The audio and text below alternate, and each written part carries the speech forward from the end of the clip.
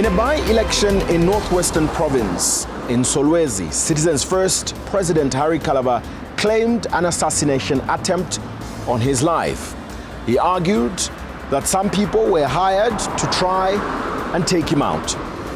We ask him what happened, but we go further to talk about the political party that he runs, the Citizens First, and their performance in the recent by-elections. I sat down with Harry Kalaba and I asked him these questions. Welcome to this day. My name is Dingendaba Jonah Buyo.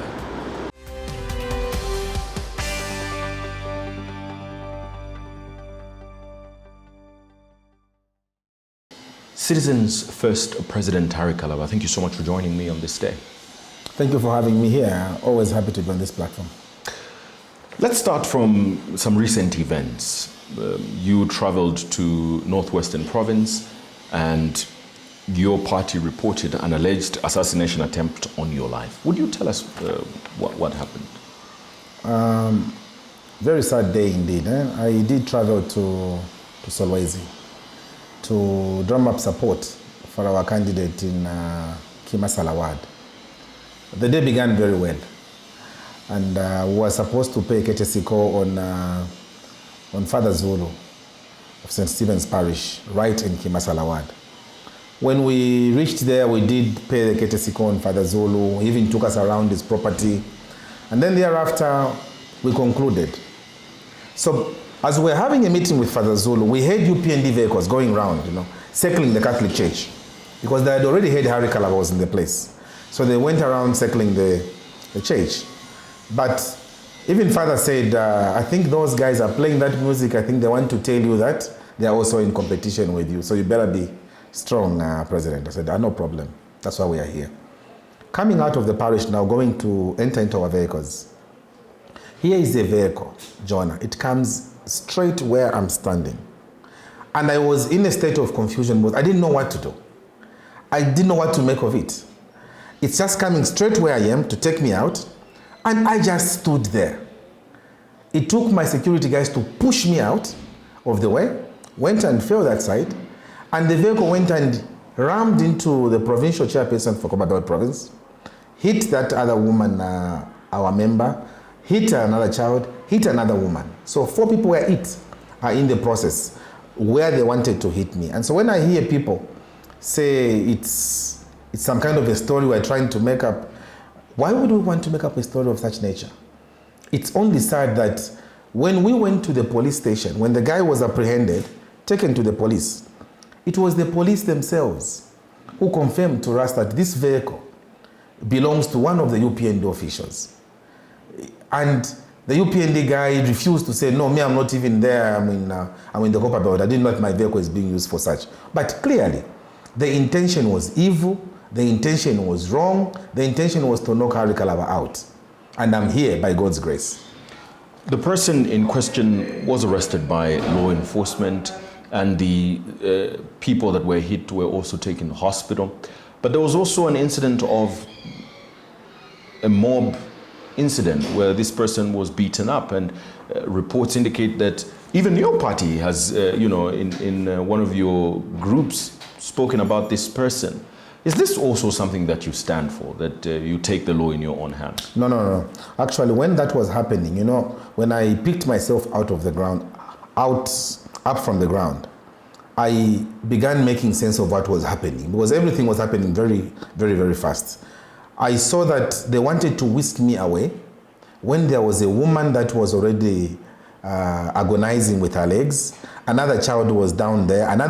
My provincial chairman for Kalaba province also was. So I told my colleagues, you can't take me out from here. I said, no, we have to take you to a safe place. I said, no, but these guys are hurt. And then I've seen the driver is being beaten, the one who was driving that vehicle. I need to go and stop that. That's how they took me to where they were beating that guy. And I stopped them personally. I told them, don't take the law in your hands. Take this guy to the police, let him go and be dealt with by the police. That is how the guy was taken to the police, and the vehicle remained there. I even told them, don't damage the vehicle. Don't damage the vehicle. That is not for you. Let the law take its course. And so I was shocked that I was in that Solwezi for 3 days. The police never even came to ask me about what had precipitated. What I heard was the spokesperson of the police giving a statement that was playing down issues gravely, and I was worried that if a police spokesperson from Lusaka can issue such a statement without having verifiable facts, how many statements is the police giving that are not verified? That was carelessness on their part. They should have taken time to verify the facts instead of just rushing to do a statement and say it was a normal RTA. That was not a normal RTA. Somebody was waiting for us when we were in the Catholic Church. Somebody had intended to take me out of that place. And now, nobody from the police asked me anything. With all this disappointment that you've got and the grievance you've got against the law enforcement, what have you reported to the police to this day? My colleagues went and did a report of what happened. And it was on the basis of the report that they gave that that gentleman was detained. And from what we heard, the gentleman did not even sleep in the cells. He wouldn't for such an accident. I believe you know that. He wouldn't sleep in the cells for such an accident. Why wouldn't you sleep when you have broken people's limbs? But that's not how it works. That's not how the law works. Jonah. No. Absolutely. So on what basis would he spend a night? There's careless driving. Absolutely. But on what basis would he spend a night in the jail cell? He has caused damage to people's property. I agree with you. And he has broken people's limbs. Just on that basis, Jonah. That's not enough basis to spend. That's not the reason why people are So detained. you are telling me that people should be... You know, Jonah, if it was somebody else wearing a different cap, that thing would have been very grave, Because there are 3 people right now as I'm speaking. It was only yesterday I was sending money for them to buy those things they should be putting in their bodies. It was yesterday. They are still in hospital. Those are people who have lost their life. Who have lost their future. And you can downplay it just like that. The guy can be left, because even to drink, supposing the individual was driving under the influence of alcohol, you know it's an offense. Absolutely. To drive a vehicle under the influence of alcohol. But it's not... Why couldn't that even have been a reason? That should have merited the individual to sleep in the cells. There's no such thing, Mr. Kalaba. To be held by the police. I believe you know this. Careless driving is an offense, Jonah. It is an offense. Careless driving is an offense. But there is no basis that suggests that somebody should spend a night in the jail cell unless they've been convicted by the court to go to jail. It is what you stand for. It is what you stand for as political leaders, that people must be taken to court, that people must not be held behind police cells for an extended period of time. But you're calling for that just here without the conclusion of a case. What I'm saying is it is carelessness on the part of the police to have quickly released the individual before gathering their facts. Many people in this country, even today, are being held in cells because the police are still claiming they are investigating those instances. At what point did the police conclude their investigations for them to release that UPND cadre? At what point? The only qualification which merited that individual to go out from the cells was because he was belonging to UPND. Now that is wrong. That must be condemned by all meaning Zambians, including yourself, Jonah. Well, what have you done about this situation? You are an aggrieved person. You've talked about your team, but you say that there was an attempt on your life. So what have you done about this information? What can I do? One of the options would be to report to the police. No, listen, that was already done. What can I do if the police who I am going to are the first ones to be dismissive of the issues we are giving them? What can I do? It leaves me very vulnerable. It leaves me very vulnerable because already the police has taken a position. And these are some of the things we intend to change when we come into government next year. Because the law must remain constantly blind. It should not matter who has been taken to police or who is involved. The law must be blind and treat each one of us equally. But what happened was that instead of people sympathizing with what had precipitated, people began mocking the whole event.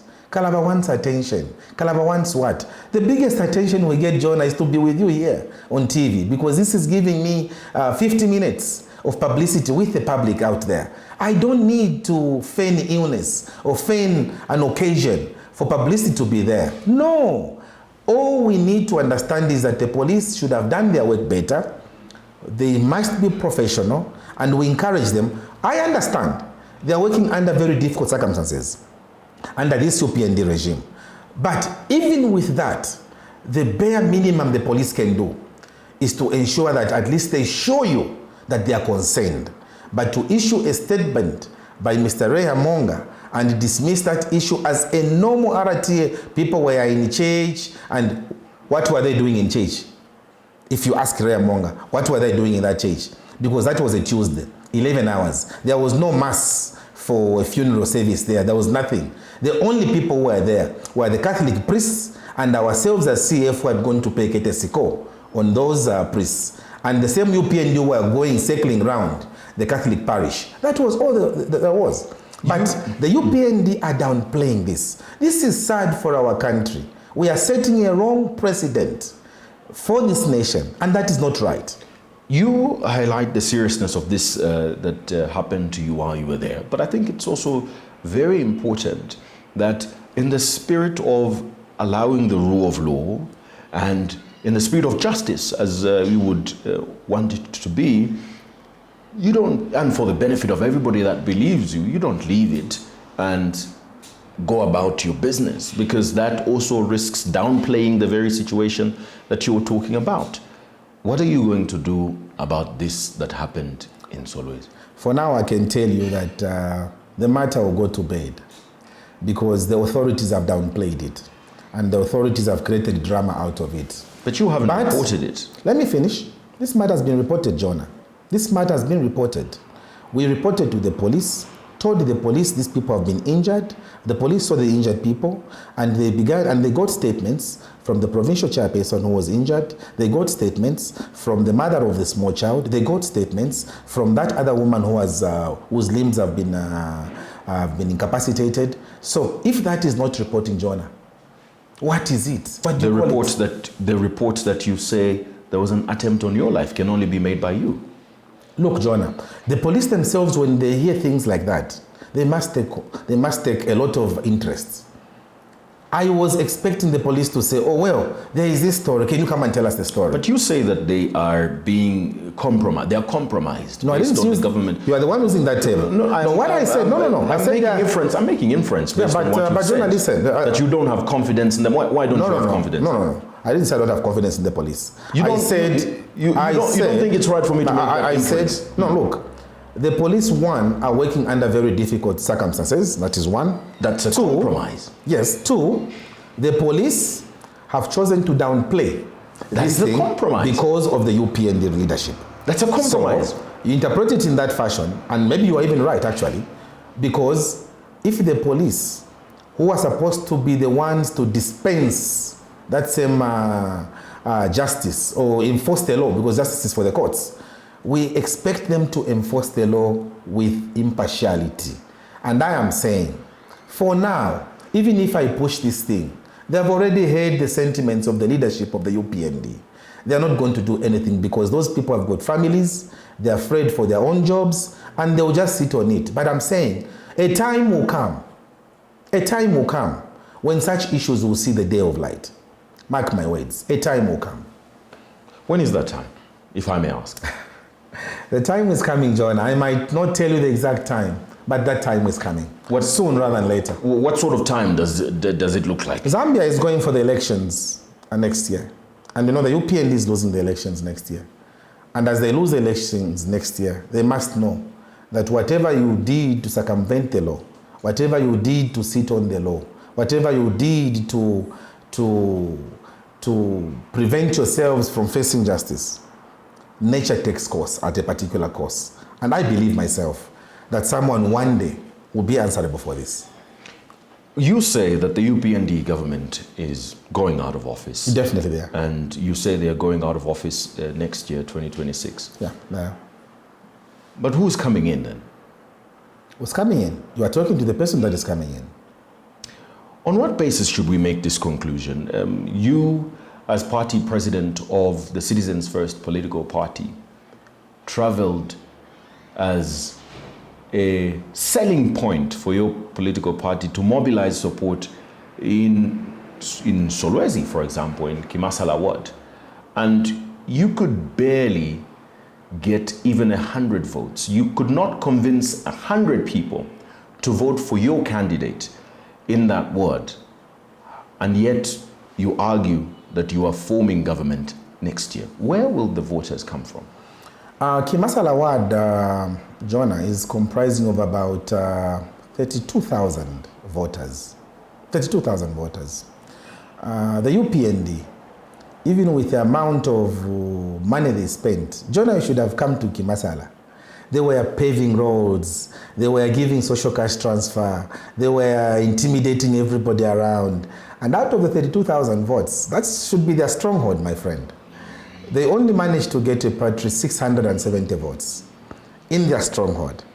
The CF got 95 votes, despite the intimidation that was happening in Kimasala ward. I can tell you with certainty and with conviction here that if there is anybody that lost Kimasala, it was not the CF, it was the UPND. The UPND lost Kimasala because they began paving roads there, they began giving people money there, and every voter was being given some money, forcing people to give them money. We never gave any money. Those 95 who went and voted for the Citizens First voted for the CF organically. Nobody was given money. And remember, we are coming from a deficit. We are coming from a deficit to where we are now. We are making progress. So we will not look at the figures. We will look at the spirit behind where we are right now. We have made progress and will continue making progress. And by the time we go for elections next year, and remember, Jonah, the spirit governing a by-election and the spirit governing a general election, very different spirits. The PF will tell you that story themselves. The PF was winning in places where they would never have ordinarily won in a general election. When a general election came, the true spirit came out. They lost, and lost terribly. This is the same scenario that's going to happen to the UPND.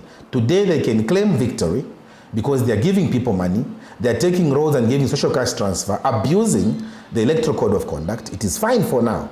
But when the election comes, the UPND is going to lose the elections. Mark my words. You cite this example of the Patriotic Front and the UPND, which is true that the Patriotic Front won many a few of these by-elections.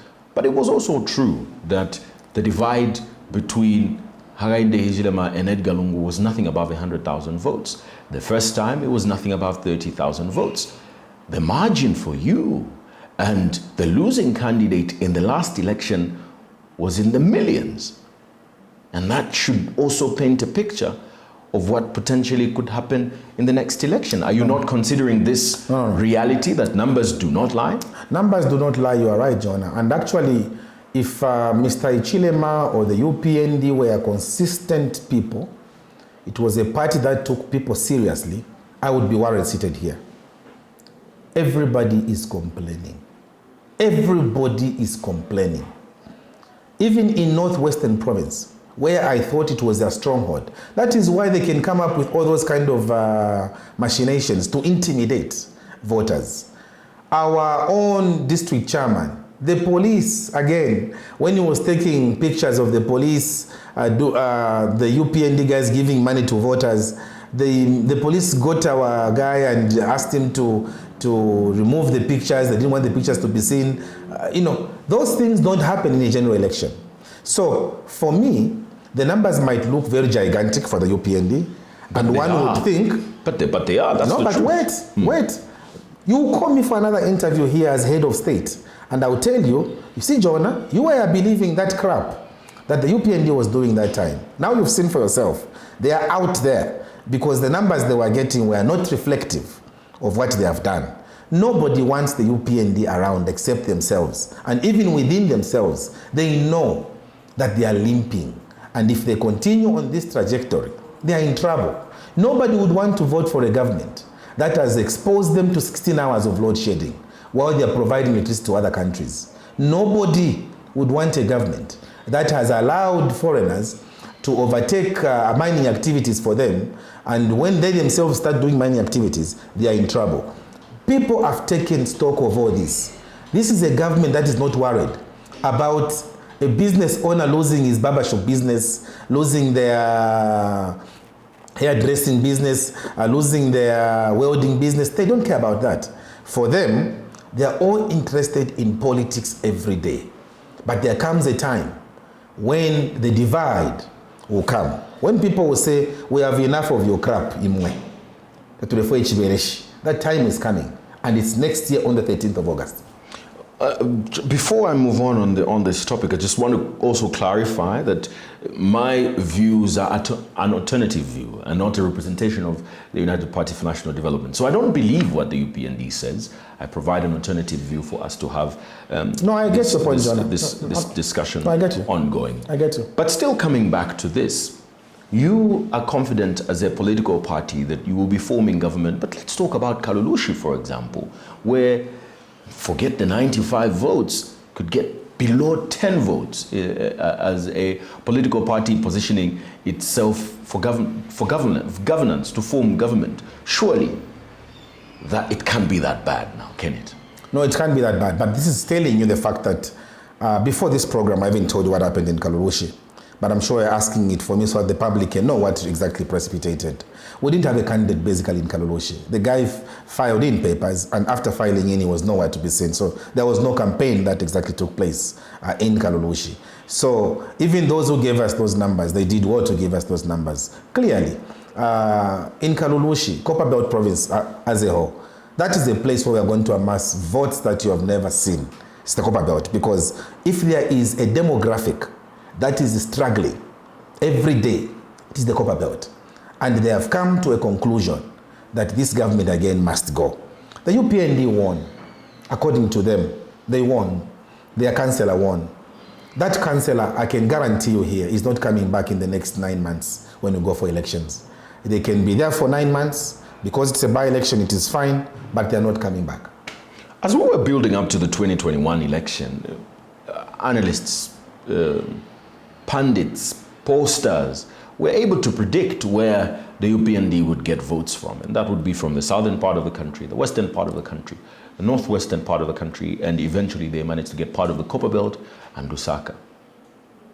The pundits couldn't even see that UPND was going to win. What's the prediction then for your stronghold as the Citizen First? Where are these votes coming from? You were even able to tell me here that the UPND stronghold is Northwestern Province. But what about you as the Citizens First? For us, it's across the divide. It's across the whole country.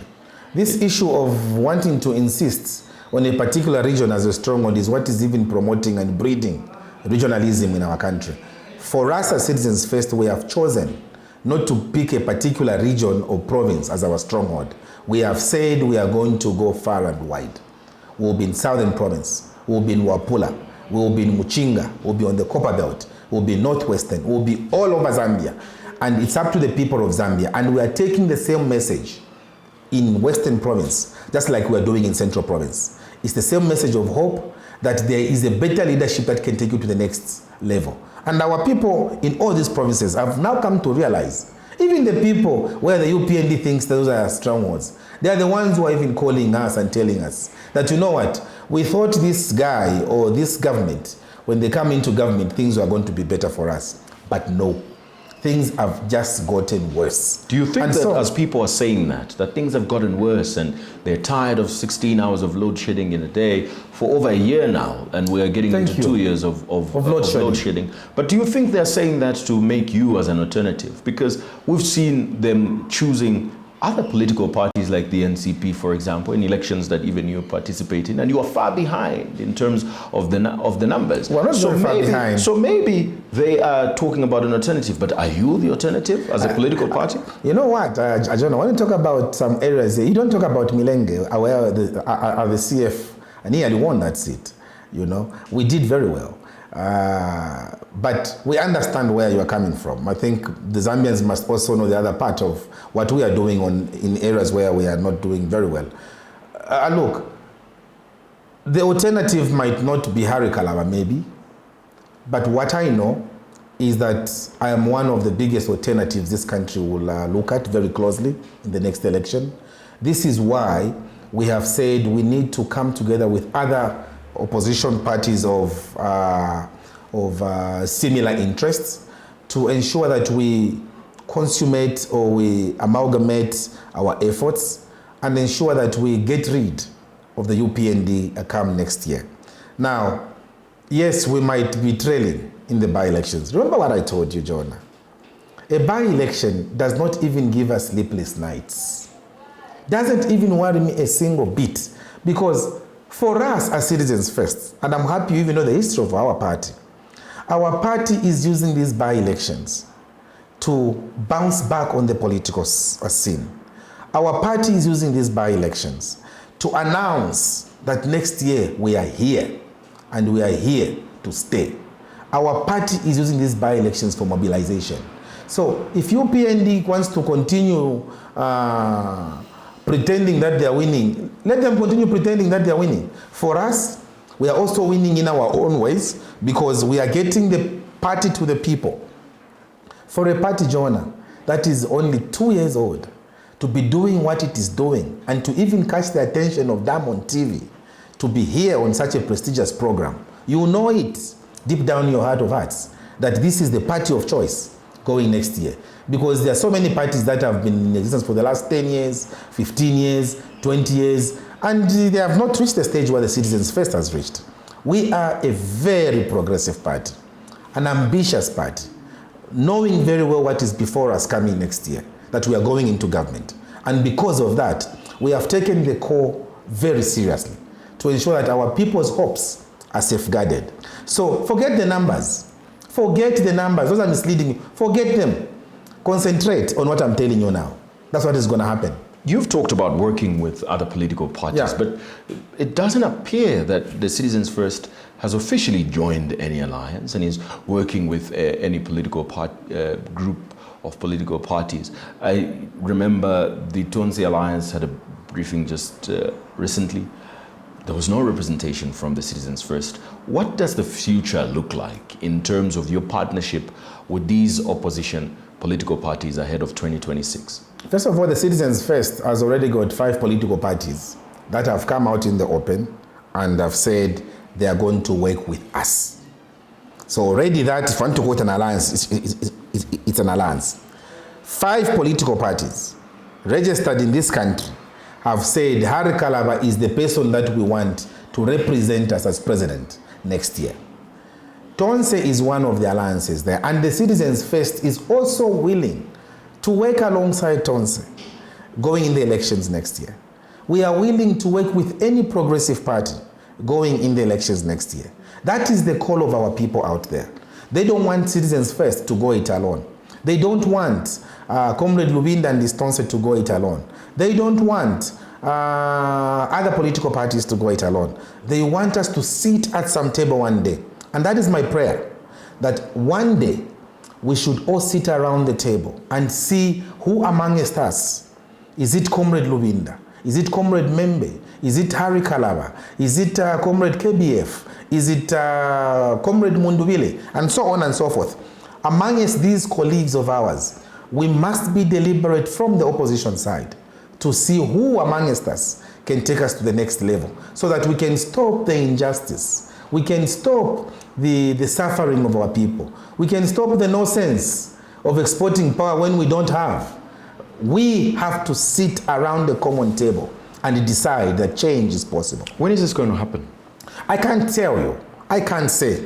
I am just proposing here that I would love a situation, an ideal situation, where at some point we should forget these alliances. We are in opposition. All of us are in opposition. At some point we should realize that, and know that this Mr. Ichilema, if we continue dividing amongst ourselves, let each one do whatever they're doing now. Let them participate in by-elections as they're doing. But when we come to general elections, 3 months before the elections, we need to sit down, because the presidential timetable is that we should be filing in nominations somewhere around the 15th or 20th, is it, of May next year. So before May next year, we expect to sit around together as opposition and say, look, you have run your race, you've run your race, you've run your race. But I think what we have seen amongst ourselves, this one is going to take us to the next level. And I think that's what we should do. Because anything short of that, if we pretend that this Mr. Ichilema, I want to leave him alone and he should get away with it, he's going to mess around with all of us. And Zambia can't afford another 5 years of a reckless leadership of Mr. Ichilema. Isn't this one of the problems that the opposition is experiencing? A lack of clarity, that everything apparently has got to wait until a few days before nomination, that people really just have to blindly follow what you say and not have clarity. Isn't this what is working against you as opposition in terms of speaking a voice to the people? That isn't even working to the disadvantage of the opposition. I don't think so. You know what I was telling you was we've got almost a year before the elections. What I am proposing myself, that is my own proposal. It's not for the opposition. I am not the spokesperson for the opposition. I am the president of the Citizens First.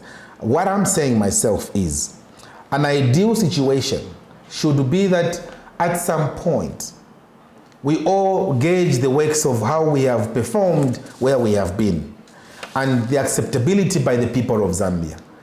And then we sit and say, colleagues, maybe for now, let's give chance to Harry Kalaba to lead the opposition pack.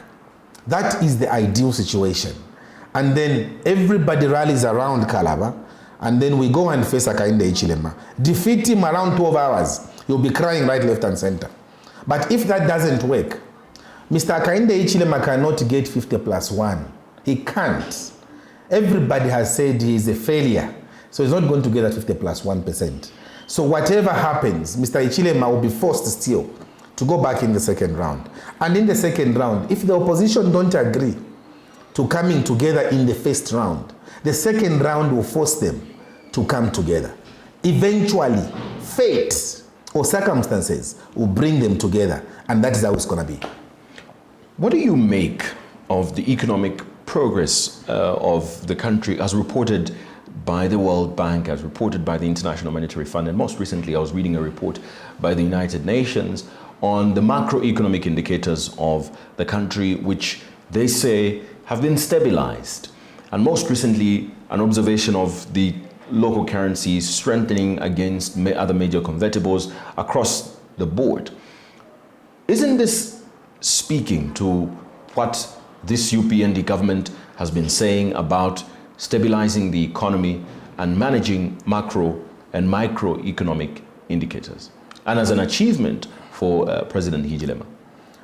I know it's a pity you are the one who's interviewing me, because if it was allowed in a normal scenario where I would say, okay, they're talking about a projection of 6.6% in terms of their macroeconomic projection of growth of this country, I would have said, are you feeling it yourself who's asking me that 6.6% that they're talking about? Obviously, you will not answer me because you're the one asking me questions. But I can answer on behalf of the people of Zambia, and even on your behalf. People are not feeling that. And that is the problem of having what Mr. Sata used to call under 5 politicians. They would insist on figures that don't translate to nothing. What people want is to afford the basics. What people want, in the words of Father Salangeta, they want to eat. They don't want macroeconomics. People want microeconomics. They want to afford fuel. They want to afford the basics. You know, they want to make sure that they can be able to send their children to college. They can be able to build and do all sorts of things economically. But right now they can't do it because our country is squeezed. Financially, people are squeezed. There is no money in this economy. Really no money. And when we talk about the kwacha gaining value against other convertibles, one would want to ask, how is that even possible? If it is not a hoax, because I call it a hoax myself, the strengthening of the kwacha very soon is going to go back to its normal base, because a country's currency only grows if you increase your exports. That is how you strengthen your currency. The World Bank says, the World Bank report has clearly indicated that the country has increased its copper export, and this is through the boost on investment in the mining sector in 2024 and in the first quarter of 2025 that is, converting the results that we are seeing. Obviously, this is undisputed that there's been an increase in export and production in 2024 and in the first quarter of 2025. You've seen the numbers, so I'm not, just pulling them from nowhere. But I want to tell you, John, and remind you that clearly you and I know that this is not the first time we're hearing such kind of stories. Copper production in this country, yes, might have increased. But you know that 78% of this country's exports is coming from the mining sector, granted.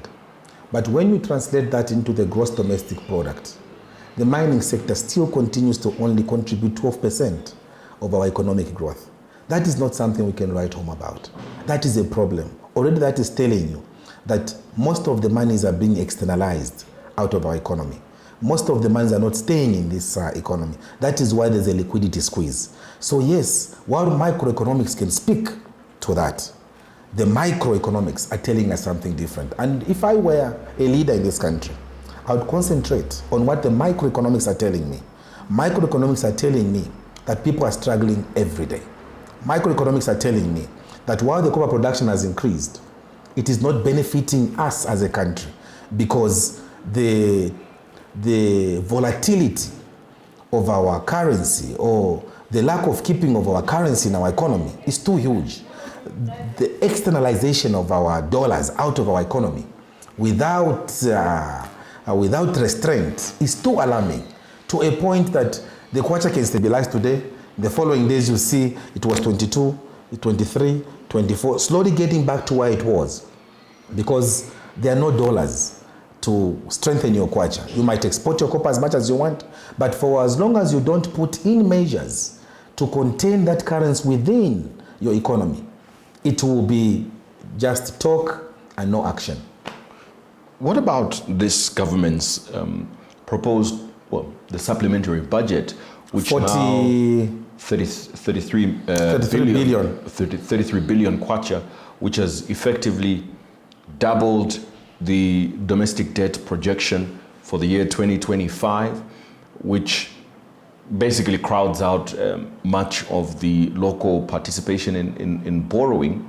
But government argues that the liquidity of the government always translates into a moving economy and always translates into paying of suppliers, which is much needed in the country. Are these justifiable reasons for this government to borrow so much from within and extend the budget beyond what was initially planned? First of all, just to go to Parliament and ask for supplementary budget, it is telling you that there's something wrong with our management. I think the fiscal financial discipline is not kicking in, because if you can go back to Parliament and ask for 34 billion kwacha as supplementary budget in the remaining, is it 4 months before the Parliament again begins sitting to consider another budget, there is a problem. And why would you want to go and borrow money from the way they have borrowed when you have got a lot of minerals in this country? That is why I need to be president in this country, because I will not allow a situation where we should go and borrow money from outside recklessly, as our colleagues have done.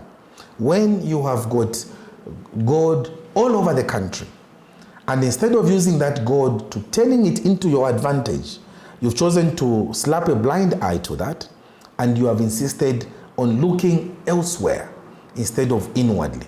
We are even being beaten by countries that we should not even be talking about here because of prudence in terms of management. It is a sad sight for our country, and it is indeed very bad. And they should not use the payment to contractors as a reason for their borrowing. Even in the earlier budget they had, there was a provision, John, I remember, to paying contractors. But what has been happening, and that's why there's the volatility of the dollar in this country, is that this government has concentrated on paying foreign contractors as opposed to the local contractors. Go to these mining places. Most of our local contractors are not paid, but government has selected a few people that they want to be giving money, and some of those must be have some connections with the party, the UPND. That is not the way to run an economy. I think these contractors have worked, and remember, if they're not paid the money, it's a vicious cycle. They will not take their vehicles to the garage, so the garage owners will not get any monies. If the garage owners don't get money, their wives will not go to the salon, so the salons will not have money, and there's even no electricity. If the salon owners don't have the money, the ladies selling tomatoes in the market will not have the money because those salon guys will not have earned the money. It's a vicious cycle. And for me, Zambia must begin looking inwardly more than outwardly. We must have the courage to agree that the mining regime has been messed up. The tax regime around the mining institution has not been handled properly. You and I have been told, not by anybody else, but by government itself, that they have a challenge in dealing with taxing of the mining companies. This is something that will work on when we form government. There's a lot of revenue loss in the mining sector. A lot of revenue loss. People can't even tell you. They keep on talking about copper. Nobody is talking about cobalt. Nobody's talking about cobalt. Today, nobody can tell you that the gold we have in Impika, Kasenseni mines, the gold we have in, no, I think Impika is Kanyelere, Kasenseli is Munilonga, and the recent one in Mfumbwe. If we had a leader that was proactive, if we had leadership that was forward-looking, Zambia would have stopped dealing with issues of supplementary budgets because the monies would have been right here with us. Aren't people exhausted by political leaders like yourselves painting all these beautiful pictures with words, but always falling short of your actions? And you always believe that they should wake up every 5 years, early in the morning, send you to State House, and give you all these privileges, but their lives do not change. Aren't citizens fatigued, with all this sweet talk by people like you, politicians? You know, Jonah, first of all, I want to agree with you that even me putting myself in their shoes, I would be fatigued. But the problem has been that we have had bad examples, like Mr. Ichilema, who should not even have been in leadership in the first place. Like the Patriotic Front government that you were a part of. No. That's why they were voted out in 2021. Let me finish. I'm talking about your brother, Mr. Ichilema. I'm talking about him because he's the current president now.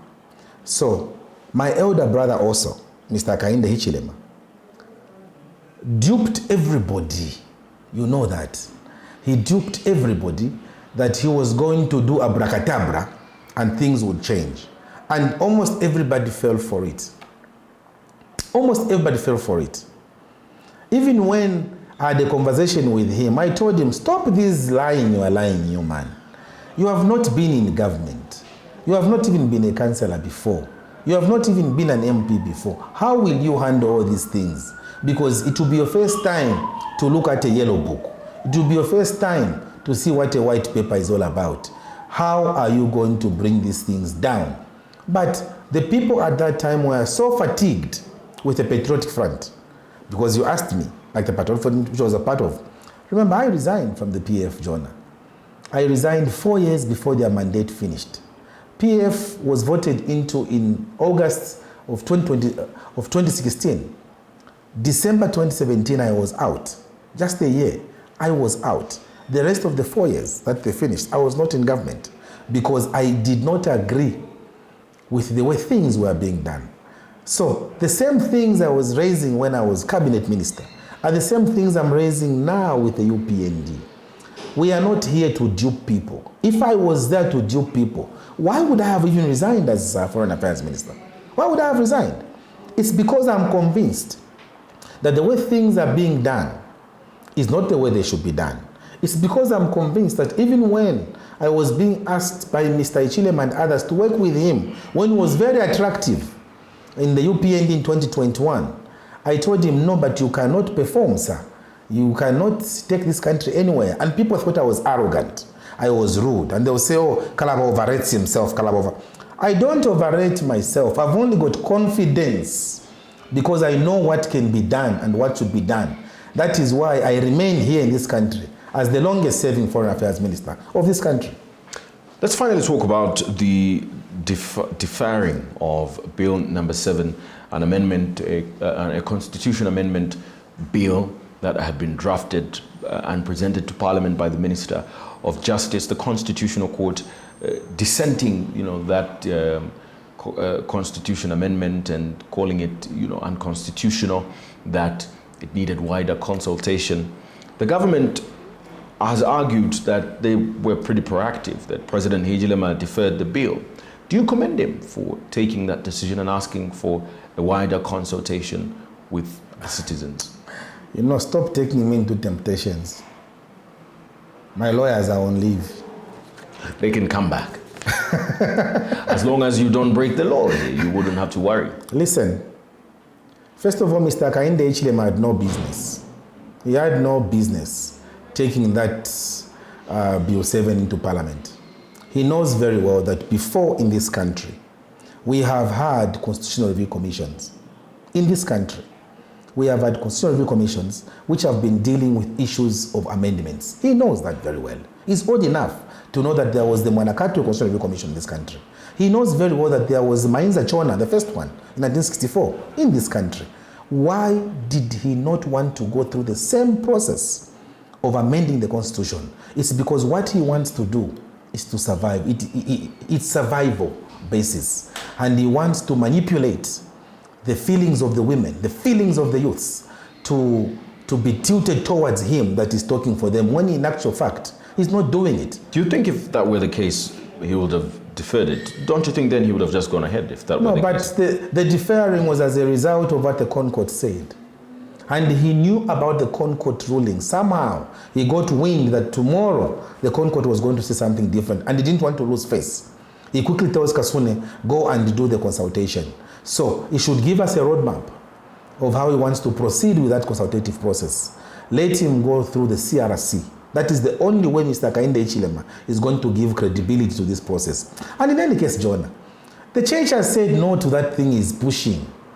The non-governmental organizations have said no to that thing is pushing. LAS has said no. We in the political space, his colleagues, have also told him, no, sir. Why in God's name would one insist on pushing such an agenda when everybody has said no? Why would you want to push it? In any case, you stood up and swore to defend the Constitution. And that's why I asked him the other day that if he has any credibility, Mr. Hichilema must resign his position. Because taking amendments to Parliament without consulting the people that put you in there is a misdemeanor, is being mischievous on his part. The president knows very well that he should have followed the correct procedure of Bill 7. And he had 2022, what was he doing? He had 2023, what was he doing? 2024, what was he doing? Now 2025, all of Mama blankets at your constitution amendments. What the people now want are not those amendments. People want electricity, which he is selling to the DRC Congo, which is selling to South Africa through the SADC Power Pool Agreement, which is selling to Malawi and all these neighboring countries of ours. And they are coming to praise us here that if it were not for Zambia giving them electricity, they would have been in darkness. That is the issue we should be sorting out, which he has lamentably failed to sort out. Mr. Kalaba, thank you so much for joining us on this edition of This Day. Thank you for having me here, and always a pleasure to be around you, Jonah. Thank you.